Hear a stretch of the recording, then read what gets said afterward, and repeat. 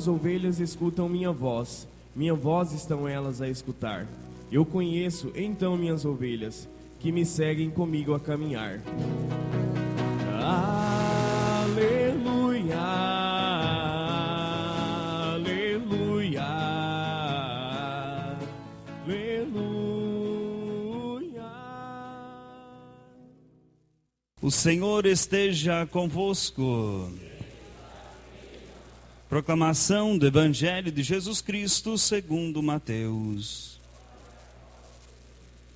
Naquele tempo, Jesus disse aos sacerdotes e anciãos do povo: que vos parece? Um homem tinha 2 filhos. Dirigindo-se ao primeiro, ele disse: filho, vai trabalhar hoje na minha vinha. O filho respondeu: não quero. Mas depois mudou de opinião e foi. Pai dirigiu-se ao outro filho e disse a mesma coisa. Este respondeu: sim, Senhor, eu vou. Mas não foi. Qual dos 2 fez a vontade do Pai? Os sumos sacerdotes e os anciãos do povo responderam: o primeiro. Então Jesus lhe disse: em verdade vos digo que os cobradores de impostos e as prostitutas vos precedem no reino de Deus. Porque João veio até vós num caminho de justiça, e vós não acreditastes nele. Ao contrário, os cobradores de impostos e as prostitutas creram nele. Vós, porém, mesmo vendo isso, não vos arrependestes para crer nele. Palavra da salvação. Queridos irmãos, queridas irmãs, hoje, acima de tudo, neste final de semana, nós celebramos o dia da Bíblia, o dia da Sagrada Escritura. Por isso vamos começar refletindo. Que papel tem a Sagrada Escritura em minha vida, em nossa vida, lá na nossa casa, na nossa família? A gente já sabe qual é o papel, sabendo onde está a Bíblia lá na nossa casa. Se a Bíblia está lá para enfeite, na estante, já sabemos qual é a importância que ela tem. É para enfeitar, né? Mas se a Bíblia está lá na cabeceira da nossa cama, onde que nós pegamos todas as noites ou todas as manhãs para lê-la em família, nós já sabemos que ela tem grande importância na nossa vida, porque ela faz parte do nosso dia a dia. E alguns, né, leem a Bíblia onde? Na catequese. Mas de lá tem que ser continuada a leitura, continuado o conhecimento da Sagrada Escritura. Então, queridos irmãos, queridas irmãs, as leituras hoje nos apresentam várias reflexões, várias. A primeira leitura, de modo especial, nos apresenta a conduta que nós temos. Qual é a conduta que nós temos perante Deus? Muitas das vezes nós achamos que a nossa conduta está certa. É nós que dizemos qual é a conduta verdadeira a ser seguida diante de Deus. Mas diante disso, queridos irmãos, queridas irmãs, Ezequiel nos apresenta que a conduta correta é aquela onde nós nos esvaziamos de nós mesmos e vamos assim praticando a justiça, praticando o amor, praticando a bondade e, acima de tudo, praticando aquilo que dá vida. E a atitude incorreta é aquela que causa a morte, é aquela que destrói, né? Nós não sabemos, mas nós temos um órgão que nos mata muito, né? Qual é? A boca, a fala, né? A fala. Gente, vocês não sabem o que a nossa boca pode fazer. uma palavra má dita no momento errado, nós destruímos família, nós destruímos pessoas. E uma palavra bem dita no momento correto, na hora certa, nós produzimos muitos frutos. Por isso, temos que cuidar muito com aquilo que nós falamos, com aquilo que nós dizemos, e nunca falar nada sem ter certeza daquilo que está sendo dito. E muitas das vezes nós falamos coisas que não tem nada a ver. E acabamos destruindo até mesmo uma igreja. Acabamos destruindo tudo com a palavra que nós não temos conhecimento se é verdadeira ou não. Por isso, Paulo vai dizer que nós devemos viver em união, em comunidade, viver em harmonia. Viver em harmonia. Já pensaram se os cantores lá fossem tocar numa nota e cantar noutra? Que bagunça não fica, né? Fica ruim para o nosso ouvido. É a mesma coisa na comunidade. Se um anda por um lado, outro anda para o outro, como é que a comunidade vai funcionar? Não funciona. Se os coordenadores da comunidade pensam uma coisa para a comunidade, começam um trabalho, vem um outro grupinho dizendo, não, esse povo não deve fazer assim, né? Só fazem festa para tirar para eles. Gente, que comunidade que vai viver dessa forma? Então, antes de falar qualquer coisa, se junte a esse grupo. Participe das reuniões, ajude nas festas. Ajude no trabalho, que aí você vai poder perceber o que as pessoas que estão em frente estão fazendo. Falar mal é fácil. Agora, trabalhar, se dedicar para a igreja é difícil.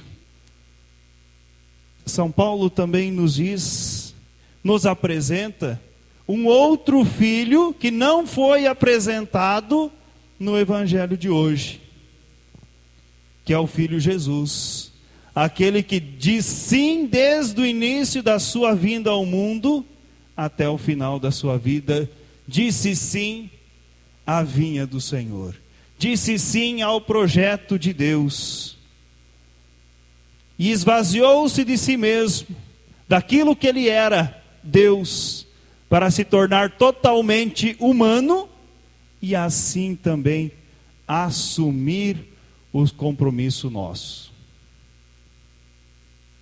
Ensinar, e acima de tudo, carregar o nosso pecado. Ele esvaziou-se totalmente de si para libertar-nos do pecado. E diante disso, queridos irmãos, queridas irmãs, o Evangelho nos apresenta dois filhos, né? Cada um disse um sim. O primeiro falou que não ia, mas acabou indo. O segundo disse que ia, mas acabou não indo.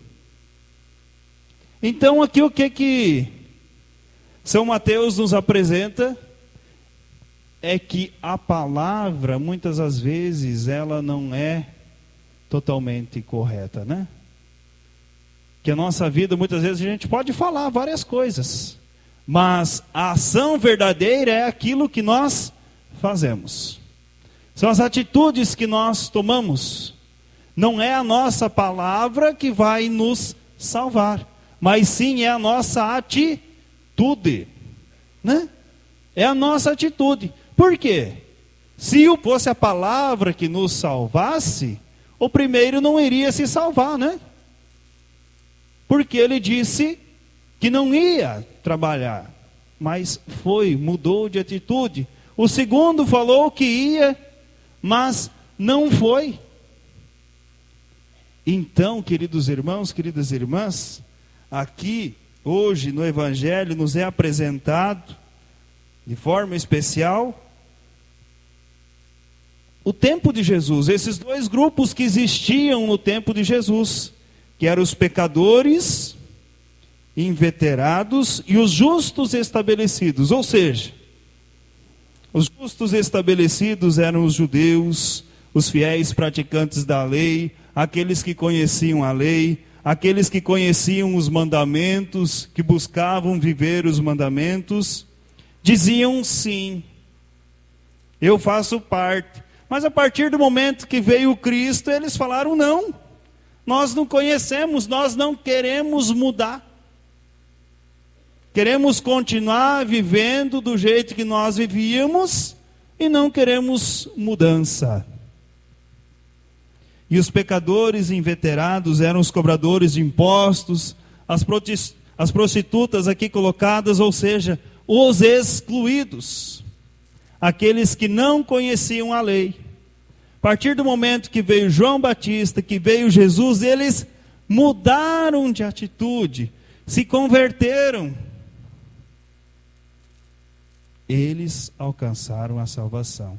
Nós também precisamos muitas das vezes mudar de atitudes diante da nossa vida.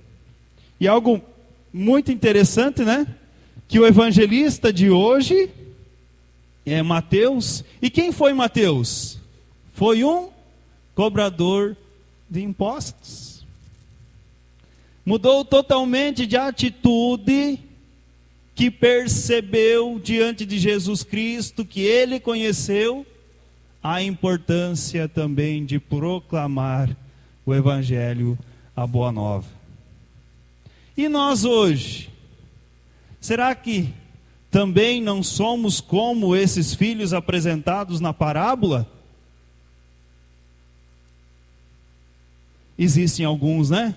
Que dizem sim ao batismo, se batizam, porém não participam da igreja, não querem saber de auxiliar na igreja, nos trabalhos que a igreja tem para cada um. Outros nunca falaram o sim, nunca se batizaram, mas conhecem a conduta correta e vivem essa conduta correta, praticando a justiça, praticando o amor, ajudando os outros, ajudando de forma mais direta os que necessitam. E nós muitas das vezes, né, nem contribuímos com o dízimo, que sabemos da importância, porque e que sabemos que cada um tem que retribuir, e nós não o fizemos. E esses que não conhecem fazem muito mais ajudando os outros. E existem também aqueles que dizem sim ao batismo, batizam os seus filhos, mas não querem nem saber de casar. Que conduta, que vida que vai ter? Tem que se batizar, o filho tem que fazer catequese, o filho tem que fazer primeiro Eucaristia, o filho tem que fazer o crisma, mas não vai na igreja e não quer casar. Está vivendo uma conduta correta? Para os outros sim, mas para mim não. Né? Então pensemos nisso. Muitas das vezes a gente quer que os outros façam, mas nós não podemos fazer. Nós possamos ver como está a nossa conduta diante de Deus e, acima de tudo, que filho nós somos. Aqui o padre coloca os 3 filhos apresentados na liturgia de hoje. Os 2 do Evangelho, aquele que diz não e vai trabalhar na vinha, aquele que diz sim e não vai trabalhar na vinha, e o Filho Jesus Cristo que assume desde do seu nascimento até o fim de sua vida o trabalho na vinha. Se dedica ao reino de Deus. Que nós possamos pensar que filho nós somos, ou o que falta para nós verdadeiramente colaborarmos e trabalharmos de forma íntegra para a vinha do Senhor e buscar assim a nossa salvação e a salvação das demais. Para viver o Evangelho é preciso ter fé. Qual é a nossa fé? Se a fé que nós temos é aquela que recebemos no batismo, então vamos juntos professar a nossa fé rezando. Creio em Deus Pai Todo-Poderoso, Criador do céu e da terra, e em Jesus Cristo, seu único Filho, o nosso Senhor,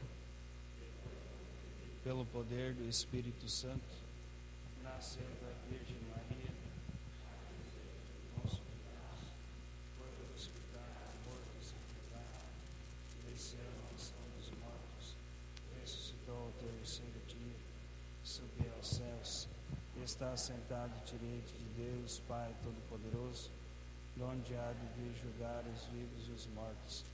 Creio no Espírito Santo, na Santa Igreja Católica, na comunhão dos santos, na remissão dos pecados, na ressurreição da carne, na vida eterna.